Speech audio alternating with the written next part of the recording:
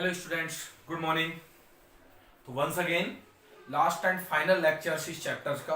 मैं उम्मीद करता हूं 2 क्वेश्चन है कराने लायक जो अपन करा देंगे आज के लेक्चर्स में। एक 6 क्वेश्चन और 9 और 10 में से एक क्वेश्चन, ठीक है। और बाकी क्वेश्चंस आपको कोई जरूरत नहीं है करने की, और अगर आप लोग दिल करे आपका तो कर सकते हो, ऐसी कोई प्रॉब्लम भी नहीं है। ना आने लायक क्वेश्चन है, कभी नहीं आएंगे जल्दी से, इस बात की गारंटी मेरी कि नहीं आएंगे वो क्वेश्चन। एक देखिएगा आप अनसोल्ड नंबर 6। तो नेक्स्ट देखिएगा बेटा आप अनसोल्ड नंबर 6। अनसोल्ड नंबर 6, ठीक है। अनसोल्ड नंबर 6 में क्या कह रहा है? कोई कण v वेग से एक चिकने क्षैतिज तल में ऐसे माध्यम में फेंका जाता है। पहली कहानी, कैपिटल v वेग से फेंका जाता है और इधर फेंका जाता है, ऐसे ऐसे नहीं, ऐसे क्षैतिज में फेंका जाता है, जिसका प्रतिरोध प्रति एकांक सेंटी के लिए वेग के घन का म्यू गुणा है। मतलब पर यूनिट मास का कितना है? घन। घन जानते हो? क्यूब। v का क्यूब करो, उसका म्यू गुणा है, लेकिन ये तो पर यूनिट मास का है। m मास का कितना हो जाएगा? m म्यू v की पावर क्यूब, ये दे रखा है। सिद्ध करो t समय पर तय की गई दूरी ये होगी और उसमें लगा समय ये होगा। तो देखो बेटा क्वेश्चन क्या कह रहा है कि भाई क्षैतिज में फेंका जाता है, तो इस तरीके से इसे फेंक देंगे। t बराबर 0 से फेंका, वेलोसिटी कितनी दी गई? कैपिटल v दी गई, और चलते चलते किसी समय t पर p पॉइंट पर पहुंच गया। यहां से यहां तक की डिस्टेंस कितनी है? x है, और जनरल वेलोसिटी v है। तो यहां पर x का मान कितना हो जाएगा? स्टार्टिंग में 0 हो जाएगा। अब जा तो इधर रहा है, प्रतिरोध लगेगा r, पीछे की ओर लगेगा। r का मान कितना है? जो r की जो वेलोसिटी दे रखी है, r की वैल्यू वो क्या दे रखी है? v का क्यूब करो और उसका म्यू टाइम है, ये वेलोसिटी के क्यूब का म्यू टाइम है, लेकिन पर यूनिट मास के लिए है ये। m मास के लिए कितना हो जाएगा? m से मल्टीप्लाई कर दो। तो p पॉइंट पर कण का भार mg आपको याद होगा नीचे क्यों लगता है? जिसका मोशन में कोई इफेक्ट नहीं पड़ता। तो equation of motion at point p, equation of motion at p point, p point पर इक्वेशन ऑफ मोशन देखिए क्या रूल कहता है? m d2xy dt square is equal to, तो देखो r चल इधर रहा है, r पीछे लग रहा है, देन माइनस में r प्लस में mg cos 90 डिग्री, याद है ना? बहुत कुछ तीसरा या चौथा क्वेश्चन है ये जिसमें mg का घटक 0 हो जाता है, क्योंकि ये लंबवत लग रहा है और चल अपन ऐसे रहे हैं, देन mg का घटक 0 हो जाएगा। अगले स्टेप में तो cos 90 की वैल्यू 0 गायब, तो अगले स्टेप कितना जाएगा? m d2xy dt square r की वैल्यू कितनी है? m म्यू v की पावर q, तो m से m क्रॉस हो जाएगा। फाइनली क्या बच रहा है? d2xy dt square minus mu v q, that's we taken as number 1। अब देखो मुझे ये नहीं चेक करना कि प्रूव क्या करना है, मैं चेक करूंगा रिलेशन किस में निकालना है, किस में रिलेशन निकालना है। तो वेलोसिटी का रिलेशन निकालना है v में और t में। वेलोसिटी चाहिए t की फॉर्म में, मतलब v और t में रिलेशन चाहिए। तो इसे क्या लिख लो? dv by dt। तो बाय 1 देखिएगा, बाय 1 से देखिएगा बेटा, बाय 1 क्या है? इसको लिख लो dv by dt, dv by dt minus mu v की पावर q, सेपरेट कर दो, dv by we Q minus mu dt, ठीक है कि नहीं है? और इसका क्या करना चाहिए? इंटीग्रेशन। ये इसका इंटीग्रेशन कर दिया। इसका इंटीग्रेशन आपको पता है कैसे करेंगे? -3 ऊपर जाएगा, +1 जुड़ जाएगा, तो -2 नीचे -2, तो माइनस में 1/2 v square minus mu T plus constant of integration c1। c1 का मान निकालने के लिए स्टार्टिंग की कंडीशन व्हेन, जब गुरुजी t का मान 0 है तो v का मान कितना है? कैपिटल V दे रखा है, t का मान 0, v का मान कैपिटल V। देन इसे नंबर दे दो बेटा, 1 दे रखा है, इसे नंबर दे दो 2 नंबर। अब t का मान 0 रख दो, तो ये 0 हो गया, और v की जगह capital V minus 1/2 v capital V square और प्लस में C1। तो C1 का मान कितना आ गया, ये यूजिंग इन टू के अंदर यूज कर लो, तो minus 1/2 small v square minus mu T और माइनस 1/2 v स्क्वायर। उम्मीद करता हूं माइनस से माइनस आप हटा रहे हो, तो अगले स्टेप में क्या आ जाएगा, 1/2 v square small v square mu T plus 1/2 capital V square. और बढ़ते बेटा आगे, इसे मिटाता हूं, LHS मिटा दीजिए इसे, अब कहीं काम का नहीं है ये।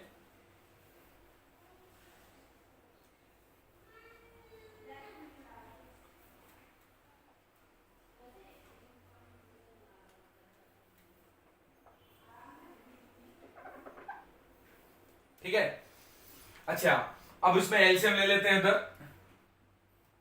तो 1/2 v स्क्वायर, तो देखो 2 mu v square T plus 1, नीचे कितना आ गया 2 v स्क्वायर, एलसीएम ले लिया, 2 से 2 गायब, उल्टा कर दीजिए इसे, small v square capital V square 1 plus 2 mu T v square, कैसे भी लिख सकते हैं इसे, और रूट काट लो, तो v की वैल्यू कितनी होगी, कैपिटल V अंडर रूट में 1 plus 2 mu T capital V square. और ये मेरे पास आंसर आ गया, ये पहला आंसर आ गया, velocity at any time t। v और t के अंदर रिलेशन यही निकालना था, देख लो बेटा, आप चेक भी कर सकते हो, यही सेम रिजल्ट निकल के आ रहा है। अब बात आती है कि भैया एक और रिलेशन निकालना है दूरी में और समय में, दूरी निकालनी है किसी समय पर, तो x और t के अंदर चाहिए, x और t के अंदर, तो इसे क्या लिख दो, dx by dt इंटीग्रेट करके आंसर, तो इसी से आंसर निकल के आएगा। इसे नंबर दे दो आप अपनी तरफ से 3 नंबर, तो बाय 3 से देखिएगा ऊपर 3, इसको क्या लिख दो, dx by dt। तो देखो पूरी कैलकुलेशन चेंज होगी, मैं मिटा रहा हूं इसे,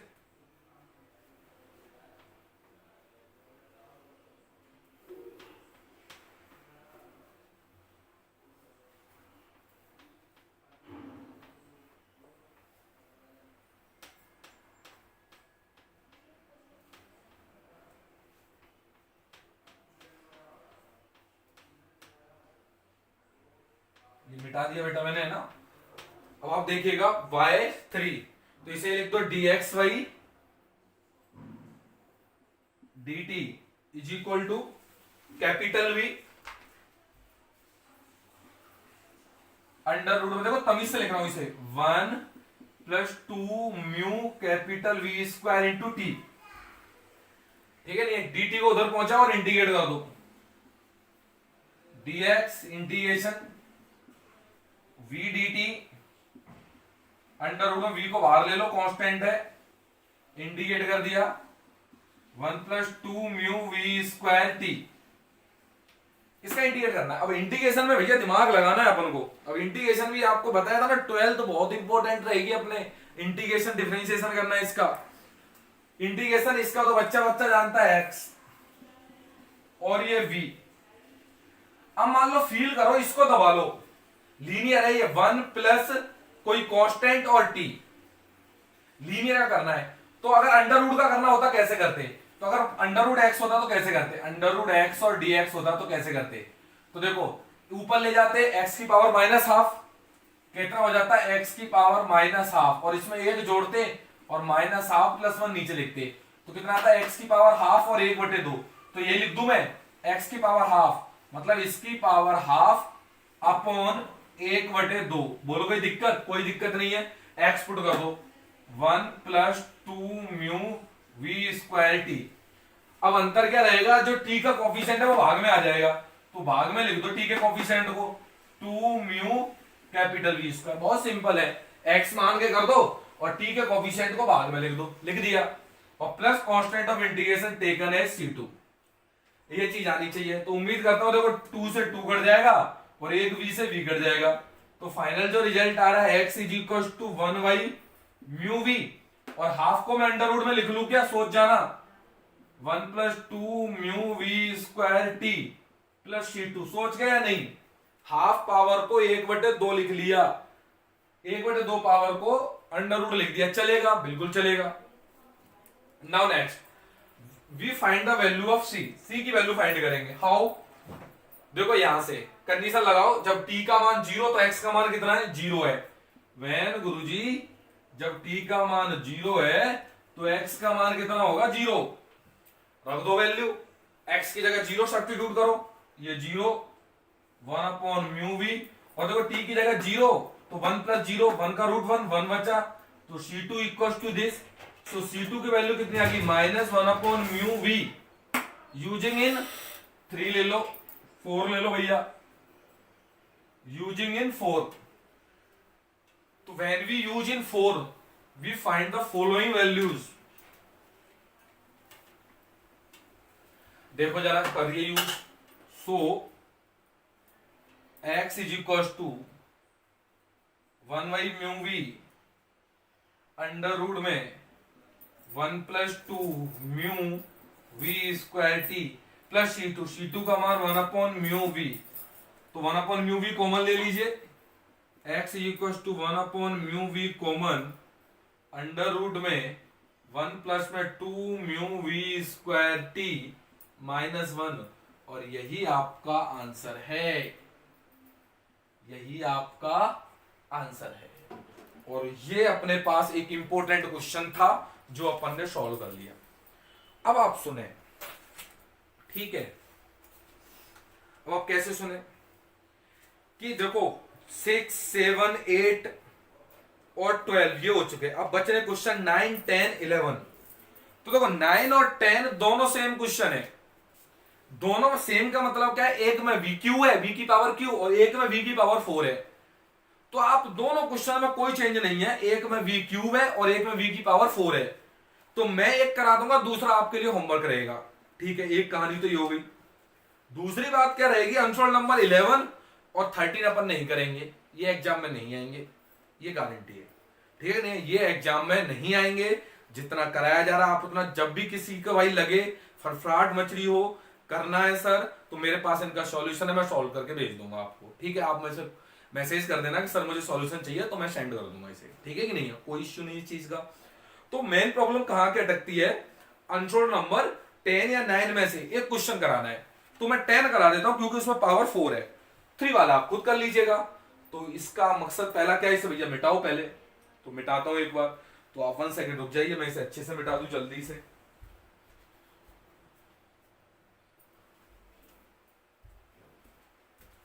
हाँ जी बेटा, तो नेक्स्ट देखिएगा आप क्या करेंगे अपन, अनसॉल्व नंबर 10। तो लास्ट एंड फाइनल है, थोड़ा और दम देना है आपको, और फिर ये एक्सरसाइज क्लोज करके फीलिंग हैप्पी लेंगे अपन, है ना? Okay, unsolved number 10, unsolved number 10। ज्यादा दमदारी नहीं है क्वेश्चन में, आप बस देखते रहे। एक कण क्षैतिज दिशा में फेंका जा रहा है, इधर तरफ फेंका जा रहा है, ऐसे माध्यम में फेंका जाता है जिसका प्रतिरोध वेग की 4थी घात के समानुपाती है। कितनी घात के समानुपाती है? 4 घात के समानुपाती है। तो और पिछले क्वेश्चन में क्या है? ओनली क्यूब है, 3 घात के समानुपाती है, इधर 4th के और इधर क्यूब के है। कण पर कोई अन्य बल कार्य नहीं कर रहा, कोई अदर फोर्सेज वर्क नहीं कर रहा, सिर्फ रेजिस्टेंस फोर्स ही है। जब V1 से V2 कम हो जाता है, जब उसका वेग V1 से V2 होगा, तो कण D दूरी T1 समय में तय करता है। D डिस्टेंस कवर करता है, लेकिन कितने समय में? T1 समय में तय करता है। तो सिद्ध कीजिए ये रिजल्ट। तो सेम क्वेश्चन है, आप देखिए क्वेश्चन को समझ के। पहली बात तो है गुरुजी फेंक रहा है क्षैतिज में, फेंक दिया, T बराबर 0 से फेंक रहा होगा गुरुजी, और कुछ ना कुछ तो वेग देगा ही देगा। आपने मान लिया इनिशियल वेलोसिटी u दे दी उसने, सवाल में नहीं दिया कि मैंने मान लिया कि u वेलोसिटी उसे दे दी। चलता चलता किसी समय t पर p पॉइंट पर आ गया, तो p तो जनरल पोजीशन है, ठीक है कि नहीं है? यहां की गुरुजी जो डिस्टेंस है वो मान लिया आपने x है, और जनरल टाइम कितना मान लिया आपने? कुछ भी मान सकते हो आप इसे, जनरल टाइम t मान लिया, वेलोसिटी जनरल वेलोसिटी v मान ली, जनरल है, इन जनरल। अब क्या बोल रहा है कि जब इसका वेग किसी पॉइंट पर v1 है और v1 से v2 होता है, v1 से जब v2 होता है तो डिस्टेंस कितनी कवर कर लेता है गुरुजी? ये d डिस्टेंस कवर कर लेता है। और टाइम कितना ले जाता है, यहां से यहां तक में t1 टाइम ले जाता है, यहां तक तो कोई दिक्कत है ही नहीं है। तो वेलोसिटी v1 से जब v2 होती है तो टाइम t1 ले जाता है और डिस्टेंस कितनी ले जाता है, d। अच्छा, अब सर v1 तक क्या सीन है, v1 तक देखो ऐसे मान लो, v1 तक का ये तो t1 दे रखा है उसने, अब v1 तक का मैंने मान लिया कि जो सर v1 तक का x का मान है वो मान लिया d1 है। x का मान कितना है, d1 है भाई। x ये तो जनरल है और ये पर्टिकुलर केस है कि जब d1 है तो v1 है। और समय कितना मान लो, कुछ अपनी तरफ से मान लो, मान लो t1 डैश मान लो। चलो क्या समय मान लिया बेटा आपने, t1 डैश मान लिया। आप कुछ भी मान सकते हो, ठीक है कि नहीं है, t2 मान लो, t1 मान लो, t3 मान लो, कुछ ही मान लो, मैंने t1 डैश मान लिया। तो मैं पहले जनरल पॉइंट पे स्टडी करूंगा, पी पॉइंट पर, equation of motion at point p. अच्छा चल इधर रहा है तो रेजिस्टिंग फोर्स पीछे लगेगा, और रेजिस्टेंस फोर्स है क्या, रेजिस्टिंग जो फोर्स है वो v की पावर 4 के प्रोपोर्शनल टू है, ठीक है कि नहीं है। तो कांस्टेंट हटाते हैं तो k आता है, ये तो पर यूनिट का आता है, तो m से मल्टीप्लाई करते हैं तो कितना आता है, m के v की पावर 4। और पिछले क्वेश्चन में पता है क्या, यहां से क्यूब ले लेना, क्या ले लेना अपनी तरफ से, क्यूब ले लेना, और पूरा क्वेश्चन पैटर्न पर सेट कर देना, ठीक है कि नहीं है। क्या ले लेना, v4 की जगह क्यूब ले लेना और पूरा सेटअप कर देना ये। अच्छा, equation of motion, equation of motion at p point, p point पर इक्वेशन ऑफ मोशन बोलो कितनी होगी। सरकार क्या कहती है, m d2x/dt², ये तो चाहिए ही चाहिए तुम्हें। mg का तो जीरो हो जाएगा r x के घटने की दिशा में, देन माइनस आर मतलब m के v की पावर 4, m से m गुरुजी काट दीजिए, तो रिजल्ट जो बच रहा है आपके पास d2x/dt²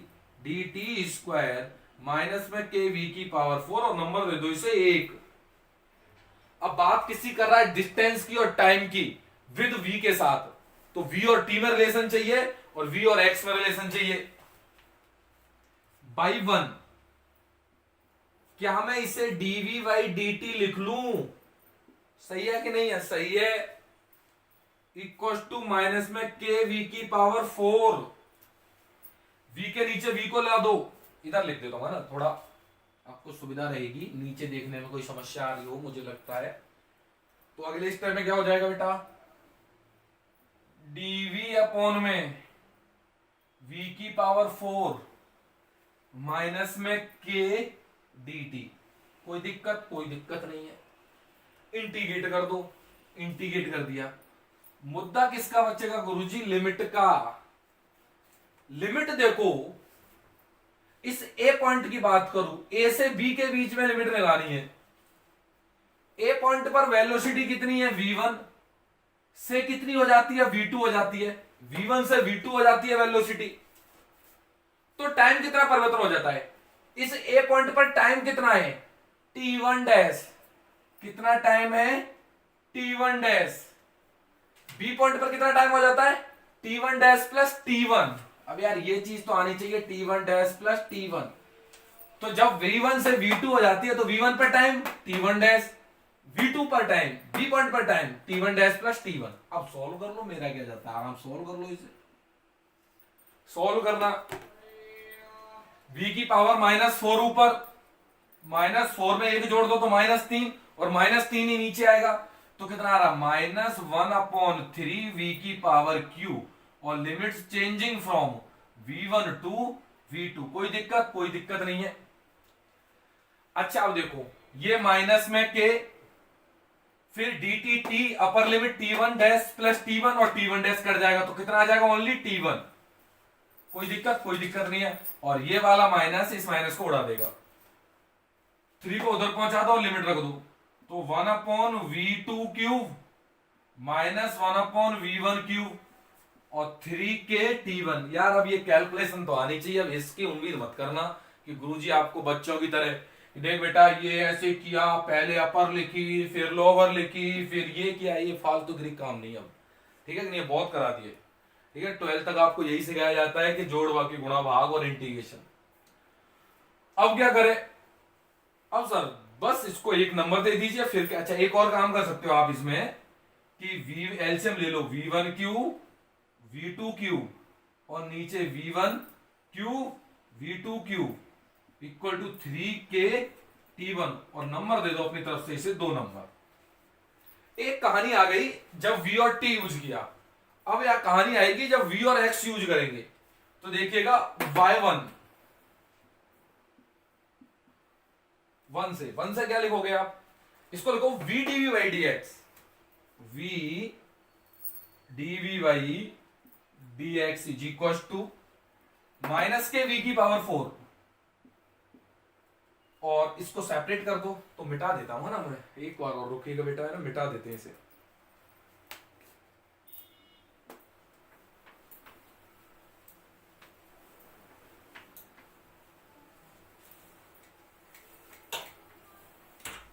just next you seen that implies, देखो V से V कट जाएगा तो कितना आ जाएगा? dV अपॉन में V की पावर क्यूब माइनस में k dx। और गुरुजी क्या कर दो इंटीग्रेशन। V का मान कितना चेंज हो गया गुरुजी? V1 से V2। x का मान कितना चेंज हो गया? a पर बोलो x का मान कितना है? d1। और b पर कितना है x का मान? d1 plus d। यार ये तो सीख गए आप।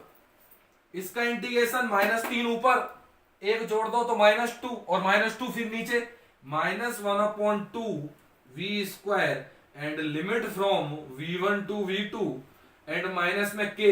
तो upper limit d1 plus d minus d1 तो कितना आ जाएगा? d।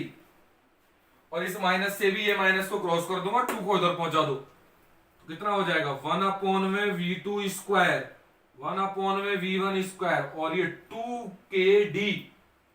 एलसीएम और ले लो, बस इतना और उपकार कर दो, एलसीएम ले लो। v1 स्क्वायर v2 स्क्वायर और v1 square into v2 square that's will equal to 2kd and that's giving number 3। अब आप आंसर पे आ जाओ। देखो 2d ऊपर चाहिए तो 2d आ रहा है और 3t1 नीचे चाहिए, 3t1 नीचे आ रहा है। तो 3 में आप भाग दे दो 2 का और जो चाहते हो आप वो आपको मिल जाएगा। तो पूरे को मिटा करके सिर्फ इतनी बात लिखनी है कि 3 में डिवाइड मार दो 2 का और जो आप चाहते हो वो मिल जाएगा। तो मैं उसी के लिए पूरी मेहनत करता हूं अब और इससे मिटा देता हूं।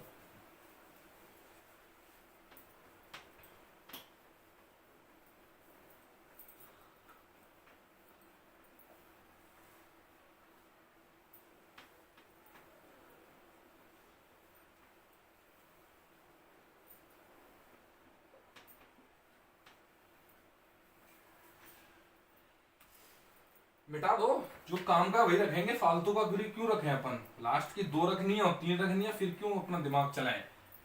ठीक है, तो लिख दो एक बार भैया 3 में भाग दे दो 2 का। कईयों को भाग देना नहीं आता, मैं सिखा देता हूं, बड़ी बड़ी लाइन खींच लो। तो 3 में दे रहे हो तो पहले लिख दो 2kd और उसका लिख दो 3kt1। ठीक है, तो इसका ऊपर लिख दो तो कितना आ जाएगा? v1 square v2 square upon में v1 स्क्वायर v2 स्क्वायर, नीचे v1 cube v2 cube cube cube cube cube that's the cube और नीचे v1 क्यूब v2 क्यूब। अब बस सॉल्व कर दो, काट पीट के आंसर, काट पीट के आंसर मिटा दो नीचे। तो देखो क्या क्या कट रहा है, ये स्क्वायरिंग वाले क्यूब को काट देंगे तो बचेगा कितना? v1 square minus v2 square ऊपर अपॉन 1, ये ऊपर पहुंच जाएगा v1 इंटू v2, नीचे क्या बचेगा? v1 cube minus v2 cube is equal to k से k कट जाएगा तो 2d is equal to 3t1। अब देखो फॉर्मूला लगा रहा हूं इसमें a माइनस बी, तो a प्लस वी और a minus v that's v1 v2 और नीचे a1 तो a cube minus v cube का फॉर्मूला, तो a1 minus v1 a1 square v1 v2 और v2 स्क्वायर। आप फॉर्मूले देख लेना भैया, 2d अपॉन 3t1। कुछ कटा इससे, ये कट गया, ऊपर वालों की गुणा कर दो तो कितना आ जाएगा, v1 square v2 plus v2 square v1, नीचे v1 square v1 v2 plus v2 square और 2d/3t1। आंसर मैं चेक कर लूंगा क्या आंसर आ रहा है।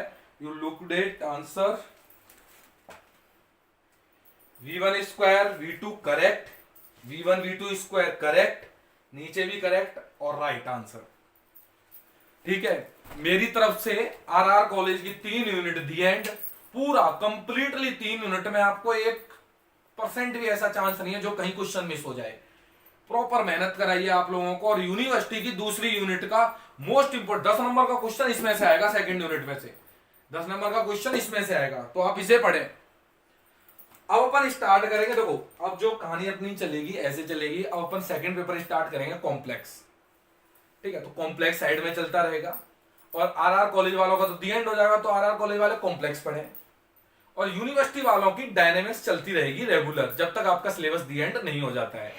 ठीक है, तो आरआर कॉलेज वालों का तो काम हो चुका है, अब बाकी काम बच रहा है यूनिवर्सिटी वालों का डायनेमिक्स में। और जो अपने जो वर्किंग चल रही है अब क्या बोलते हैं, अब अपन स्टार्ट करेंगे कॉम्प्लेक्स एनालिसिस का पेपर। ऑनलाइन चलेगा बिल्कुल, अपन सारे पेपर तीनों पेपर ऑनलाइन कराने वाले हैं, बाकी जो फिर समय बताएगा। Thank you so much.